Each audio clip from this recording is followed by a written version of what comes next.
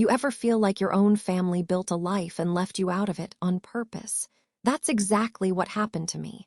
My name is Jenny, and the day I found out I wasn't invited to my brother's wedding, because it's just family, dear, was the day I realized how easily they erased me. What came next? Let's just say the family golden boy didn't make it to the altar. Not because I did anything, but because I finally chose not to. Stick around, because this isn't just a story about being excluded. It's about the power of saying no when they only come calling to clean up the mess they made. Now, let's go back to where it all started. You always know when a phone call's going to change everything. It's in the pause before your mother speaks, in the chill behind her words. Mine came on a damp Thursday morning in Brooklyn, just as I was buttoning up my coat for work. "Jenny," she said, her voice clipped and cool, "you're not invited to Mark's wedding. It's just family, dear. Just family." I swear I forgot how to breathe. I stood there, phone pressed to my ear, staring at the dusty ficus in my apartment window. It didn't make sense. I was family. I was Mark's only sister. But that word just cut me right out of the frame. "What?" I finally choked out. "You're saying I'm not." "It's complicated," she said. "We've decided to keep it intimate. We, like a team. Like I was a stranger." Before I could respond, my phone buzzed with a group text notification. It was Mark, my golden boy older brother. His message was barely a sentence. "Hey everyone, just confirming the guest list is tight. No extras, hope you understand. Can't wait to celebrate." No extras. The pit in my stomach turned cold. My name wasn't even in that message. Not a single direct word, just a public decree that I didn't belong. And like that, my world shrank. My mother's voice faded. The walls of my tiny apartment pressed in around me. I sank onto the edge of my bed, the faded quilt creaking under my weight, and stared at the text. They weren't even ashamed. No fight, no apology, just quiet dismissal. The worst part, I almost expected it. You see, I'd always been the quiet one. The afterthought. Mark got the cheers, the toast, the attention. I got side eyes and silence. When he won awards, we had dinners. When I got promoted last year, my mom forgot to call. And now, I was erased from the biggest day of his life. They were planning a wedding without me, a celebration in that big colonial house in New Jersey, with fairy lights strung across the porch and wine flowing like water. I could almost hear the clinking glasses and soft jazz from the speakers. Every cousin, every neighbor, even the dog would be there. Just not me. I sat there until my coffee went cold. My heart thudded in my ears, louder than any subway roar. It wasn't about the wedding, not really.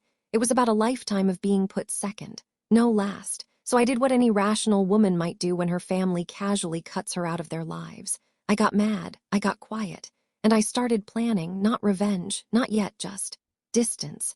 Have you ever been told you don't belong by the people who raised you? Tell me in the comments, because what I did next.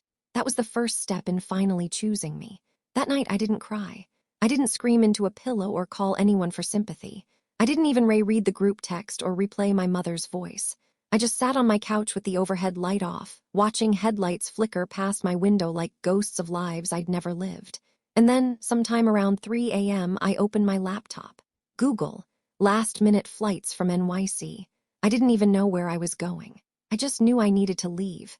Not forever. Not dramatically. Just for now. Just long enough to remember what it felt like to be me, outside the shadows of a family who never quite saw me. Portland. The word popped out like a whisper. Misty, green, unpredictable. Somewhere so unlike my life in Brooklyn, with its sirens and cigarettes, slick sidewalks, and family memories clinging to every corner. I'd never been to the Pacific Northwest, but something about it felt far enough. I booked a flight for noon. When the sun finally rose, its pale light seeped through the blinds and spilled across my half-packed suitcase. I threw in jeans, hiking boots, a few sweaters, and the scarf Aunt Lucille had given me 2 Christmases ago, the only person in my family who ever saw me fully and who passed away 2 years earlier. She would have told me to go. She would have made me pancakes and said, "Jenny, honey, sometimes the best revenge is becoming impossible to ignore." The cab ride to the airport was silent. I stared out the window while my driver hummed along to a pop song I didn't recognize. At JFK, the crowds buzzed around me, all clutching passports and Starbucks, boarding passes and goodbye hugs. I had no one waving goodbye. No one even knew I was leaving. And I didn't tell them. I think part of me wanted to disappear quietly, the same way they had erased me. 6 hours later, I stepped out into the drizzly Portland air and felt something unexpected. Relief. The city didn't know me. The trees didn't hold grudges. The strangers didn't look at me with that tight-lipped sympathy I'd grown to hate. Here I was no one's disappointment, no one's difficult daughter. Just Jenny. Just Jenny.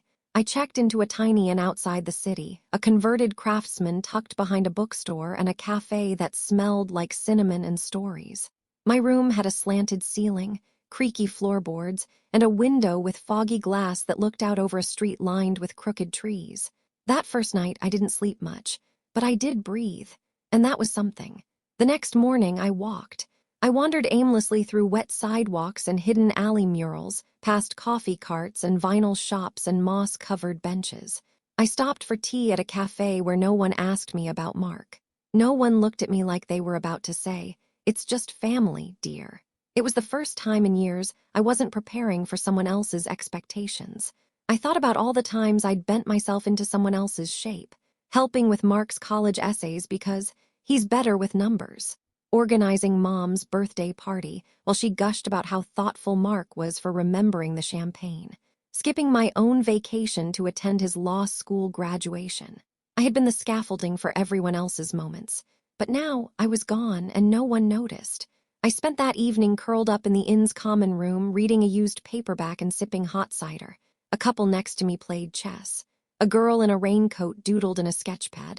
I was invisible, but in the best possible way. Free. I didn't check my phone, not once. Whatever crisis they were spiraling into back home could wait. Let them wonder where I was. Let them feel, for once, the emptiness I'd carried in every family photo where I was cut out by comments like, "Smile bigger, Jenny," or "Let Mark stand in the middle." Maybe I wasn't in the middle anymore, but maybe that was exactly where I belonged. Not center stage, just out of frame, making space for something new. Something that this time would be mine. By the third day of my trip, I started checking the family group chat again. Not because I missed them, not because I wanted to be included, but because sometimes, when you've been shut out, there's a quiet kind of power in watching them squirm from the outside.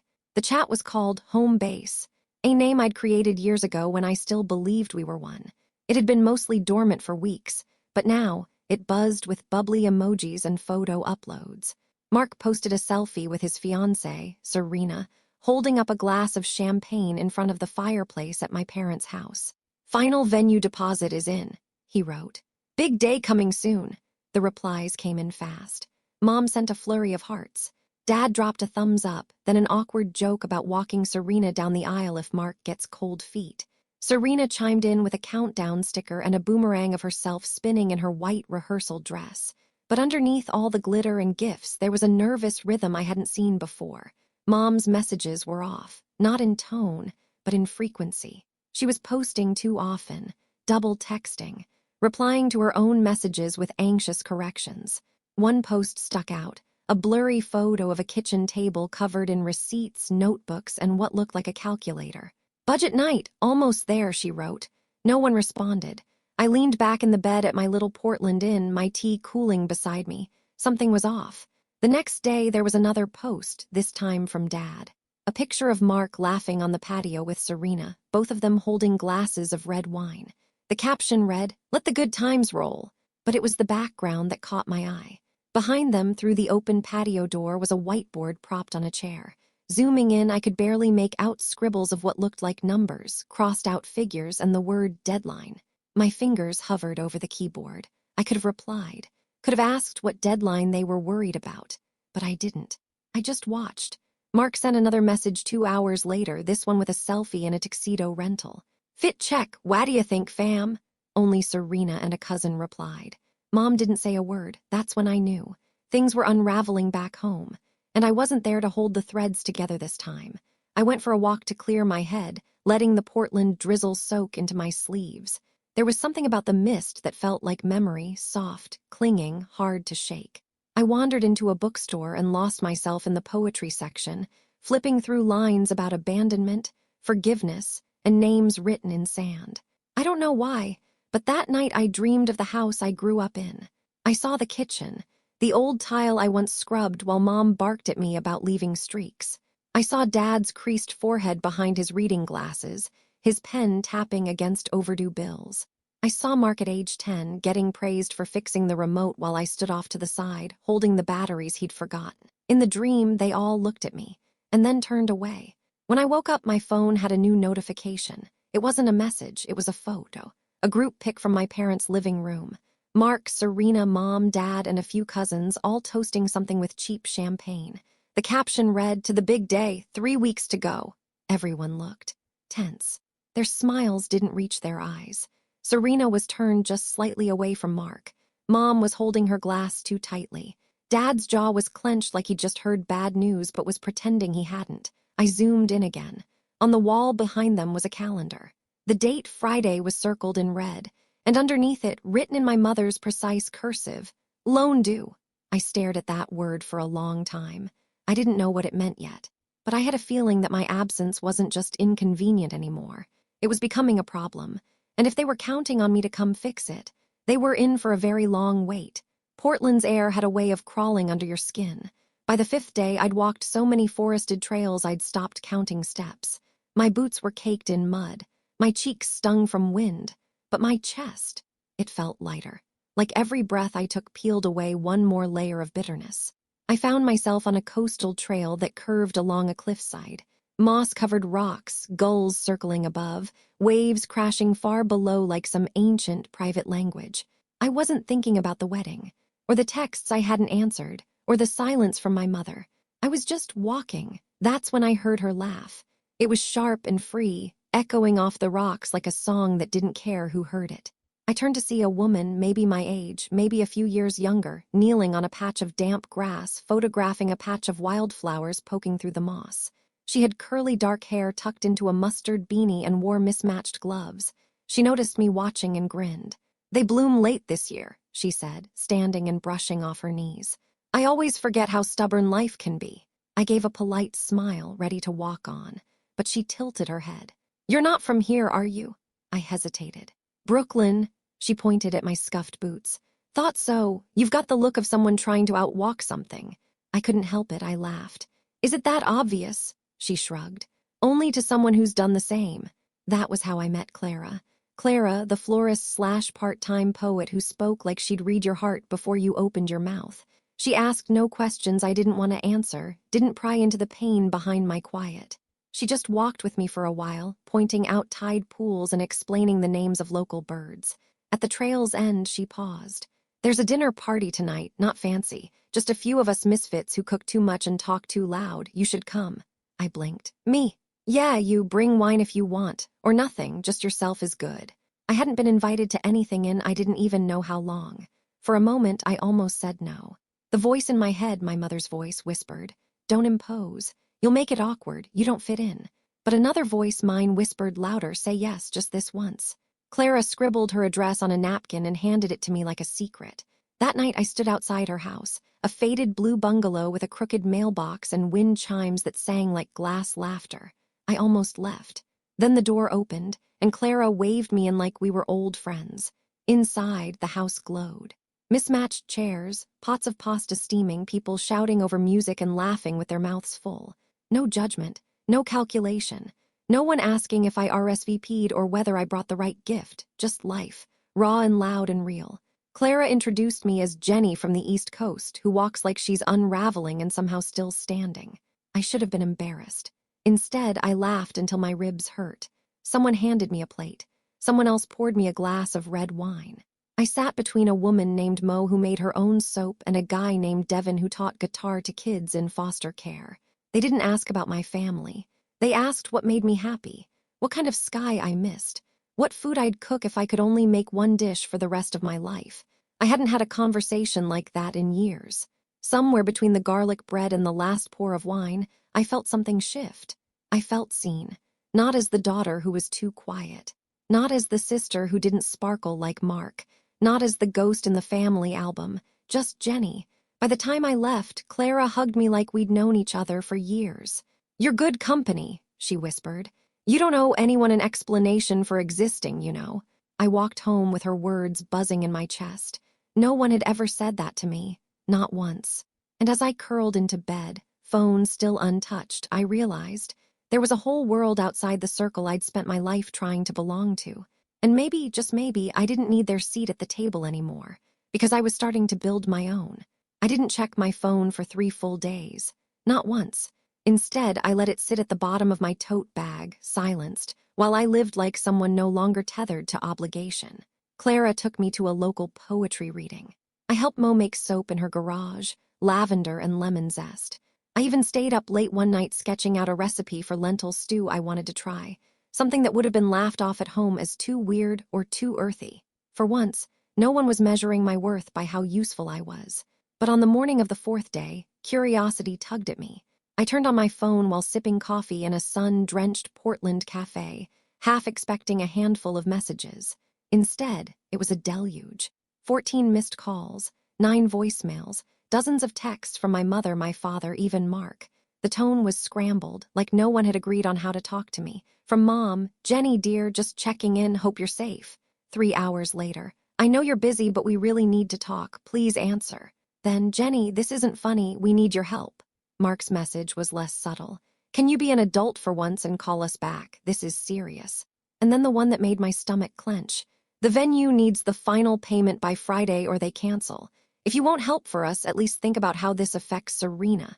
Serena, the perfect bride-to-be, the new favorite. I could picture her crying in the guest room, Mom rubbing her back, Dad sighing dramatically about how unreliable Jenny always was. The guilt was there.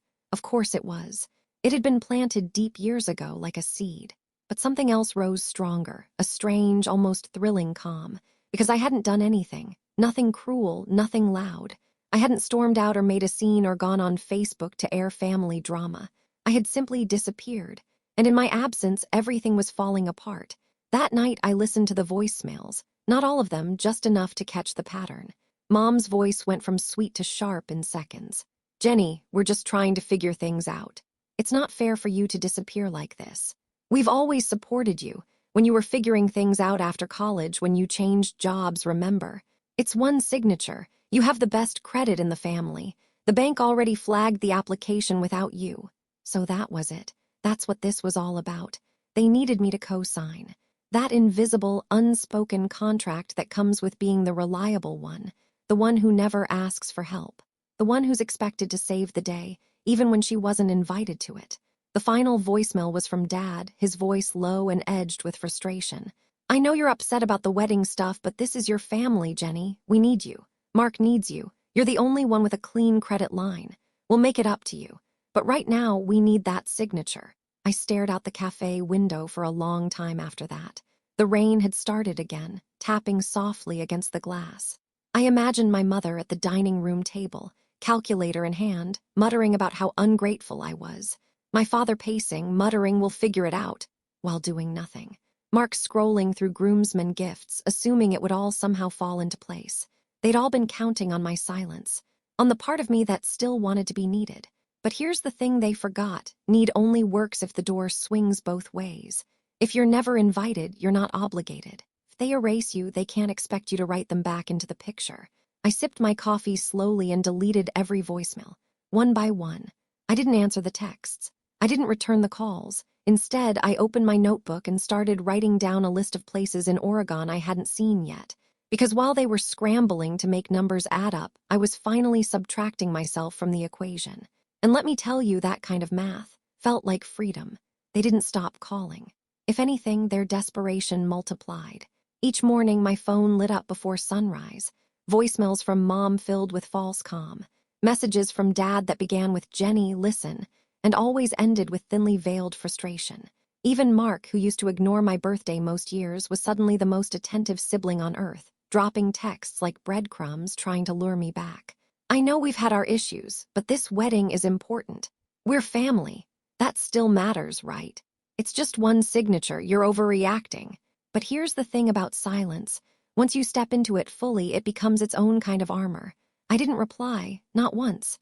And from what I gathered through the not-so-private family group chat, still going, still buzzing with forced cheer, things were beginning to unravel. Serena posted less.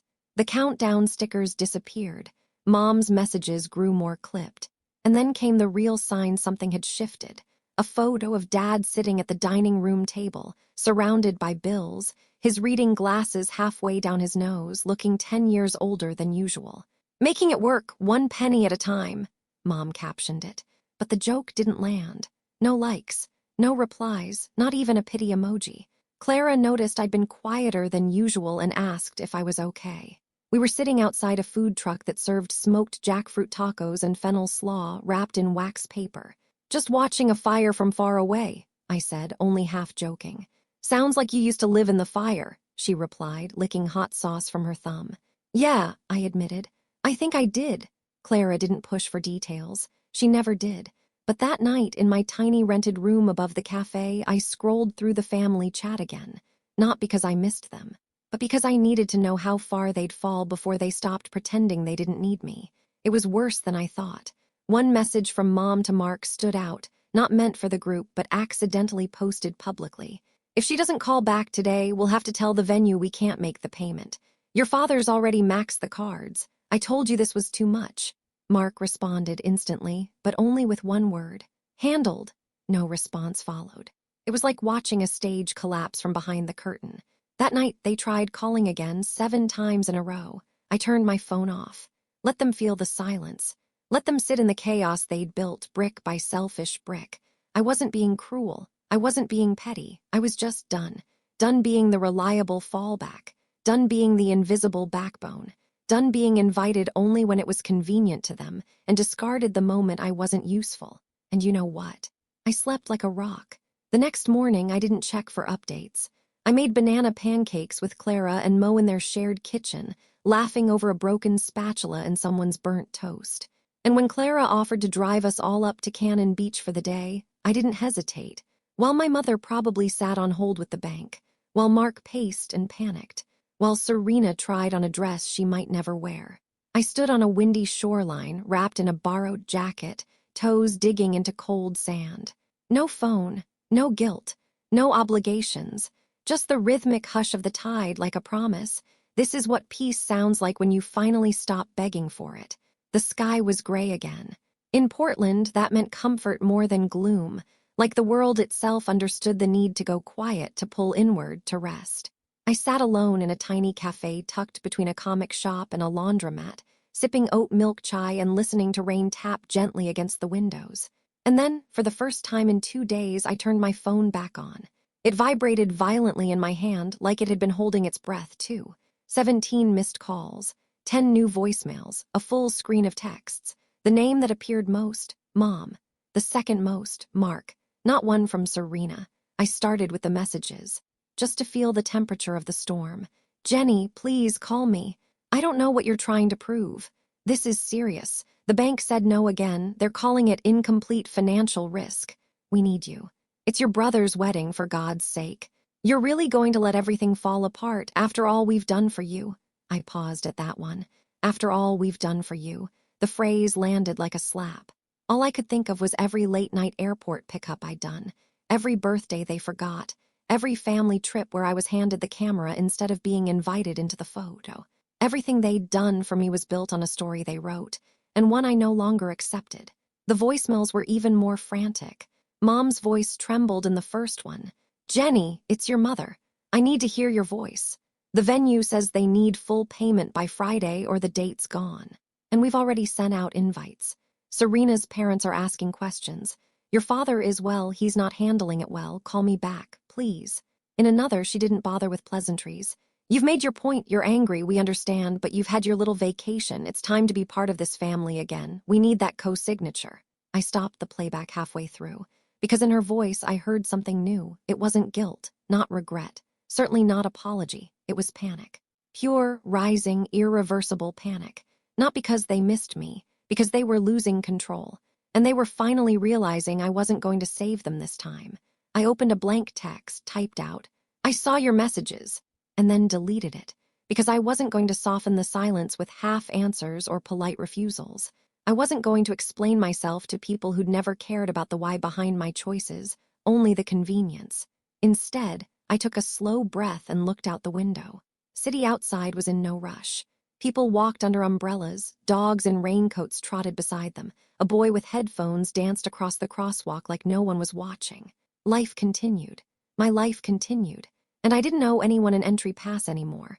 Later that evening, back at the inn, I did the only thing that felt right. I deleted the voicemail notifications. I archived the family chat. I set my phone to do not disturb and tucked it, screen side down, into the nightstand drawer. And then I did something else. I took out a pen and started writing. Not a text, not a letter, just a list titled Things I No Longer Accept. At the top, conditional love disguised as tradition, manipulation packaged as family duty, being the emergency contact for people who don't even remember your birthday. I fell asleep with the pen still in my hand. No one had ever taught me what self-respect looked like, but I was learning, and it was quiet, and it was firm, and it felt like coming home to myself. I found out the wedding was canceled the same way I found out I wasn't invited in the first place, through the family group chat. No phone call, no voice, just digital shrapnel. It started with Serena's mother.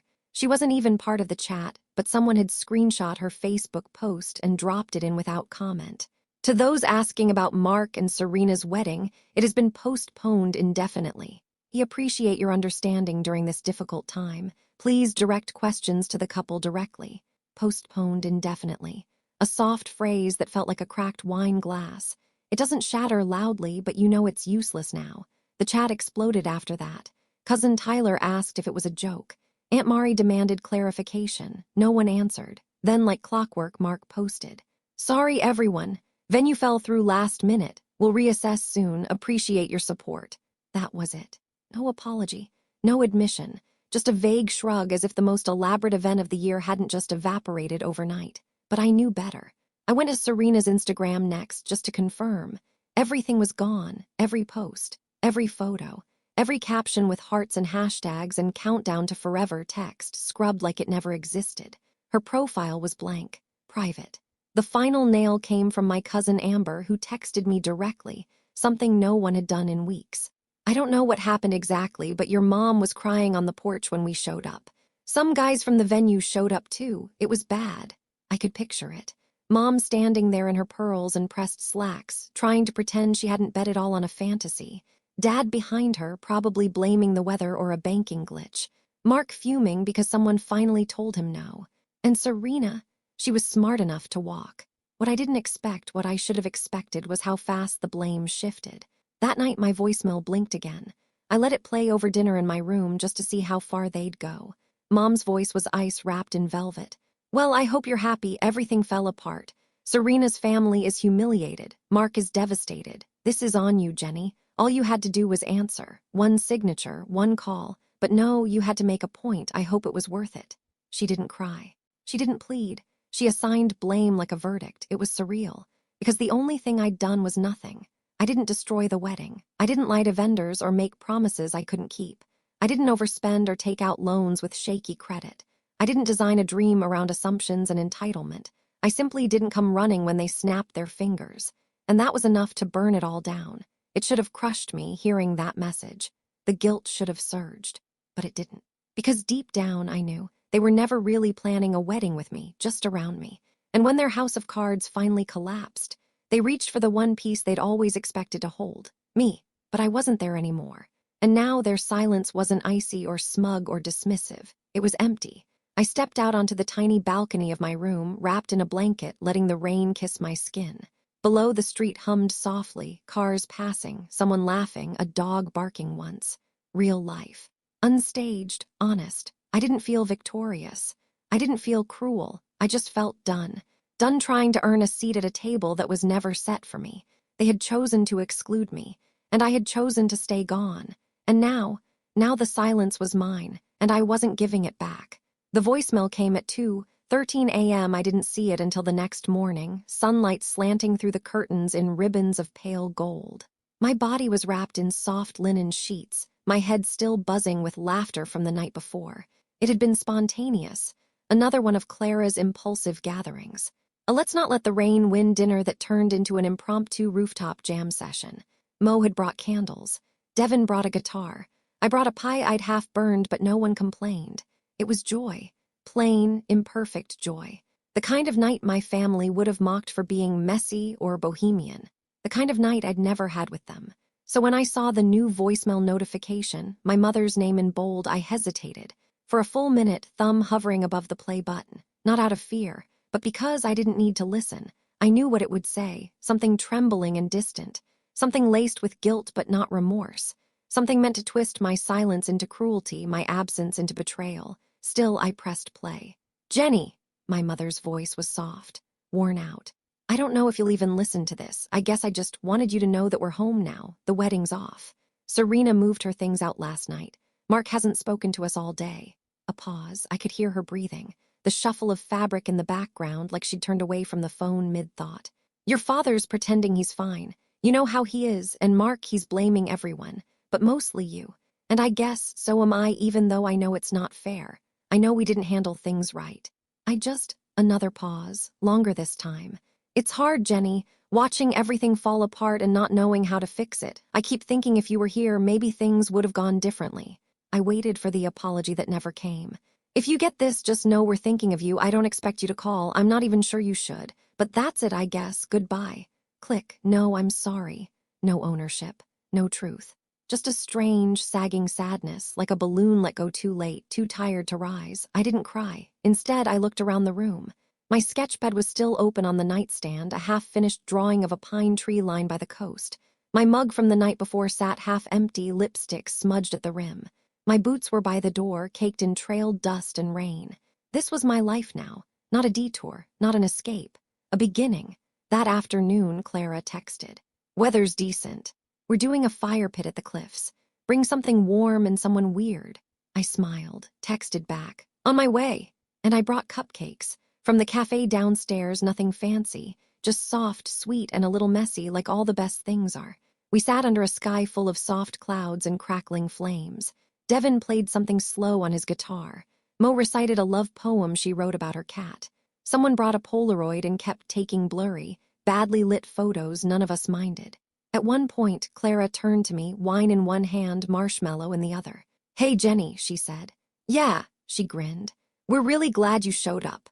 The words hit me harder than any voicemail ever could, because they weren't trying to fix me, or guilt me, or pull something from me. They were just glad I was here. That night, after everyone left, I walked home alone under the misty stars, and for the first time in a very long time, I felt full. Not with duty, not with pain, but with choice. My mother's voicemail faded from my thoughts like fog on the tide. I didn't need to carry it, because I wasn't theirs to lean on anymore. I was my own. A week passed. No new messages, no last-minute apologies, no sudden family breakthroughs, just quiet. At first, I expected it to feel hollow, but instead it felt earned. Like the kind of silence that comes after the storm, not fearful, not tense, just still. Safe. I stayed in Portland longer than I'd planned.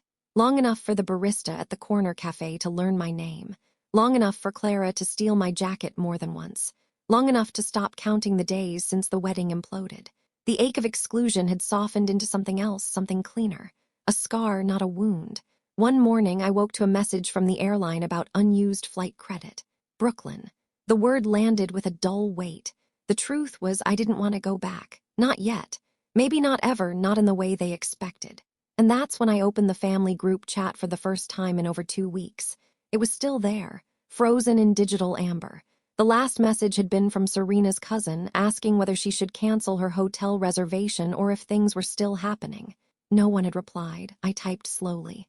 "Mark, hope you're doing okay. I heard about everything, wishing you peace and clarity as you figure out next steps." That was it. Polite, distant, complete. Then I opened a new tab and booked a ticket. Not home, to Iceland. A place I'd always dreamed of seeing but had never dared book, too remote, too expensive, too indulgent. A trip I'd once thought I'd need someone else to go with, but not anymore. I chose February. Cold, quiet Aurora season. It felt right. Symbolic, maybe, but real. A goodbye trip, but not to a person. To a version of myself who'd been willing to shrink in silence. Who'd waited for acknowledgement that was never coming. Who'd given and then begged to be seen in return. I left a note on the nightstand of the Portland Inn before I checked out. A thank you. A memory. A trace of someone learning to start again. On my last night in town, Clara threw a goodbye potluck. Nothing fancy, folding chairs, a borrowed speaker, someone's questionable lentil loaf, but the warmth in that tiny room could have melted glaciers. They toasted with cheap wine. To new starts. To old wounds left behind. Clara hugged me extra tight at the door.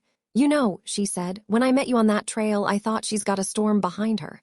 I laughed. "You weren't wrong. But you stayed through it," she said. "You let the rain fall and then you made something better."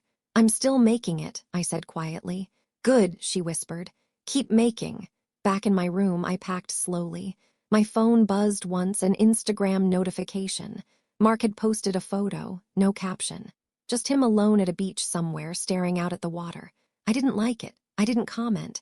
I didn't feel bitter, just distant, like we lived on separate maps now. Before I turned in for the night, I lit a small candle someone had left in my goodbye basket. The scent was cedar and sage, clean, healing. I stood by the window and watched the last of the Portland rain fade into fog. Tomorrow I'd board a plane, alone, not running, not escaping, but expanding. Because sometimes the best stories start after the door closes. And mine was just beginning. It was a rainy night in Brooklyn, the kind where the gutters are full and the taxi tires make long sighs against the pavement. I'd only come back to grab a few things, to clear out the apartment before officially subletting.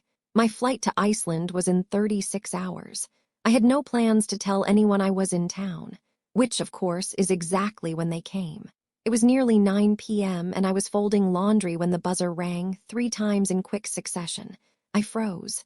No one I knew buzzed like that. A knot formed in my gut before I even crossed the room. I pressed the intercom.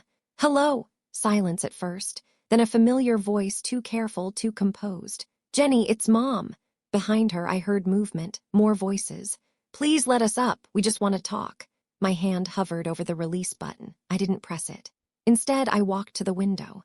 3 stories below, huddled under a dripping black umbrella, stood my parents and Mark, all 3 looking older than I remembered. Tired, worn down.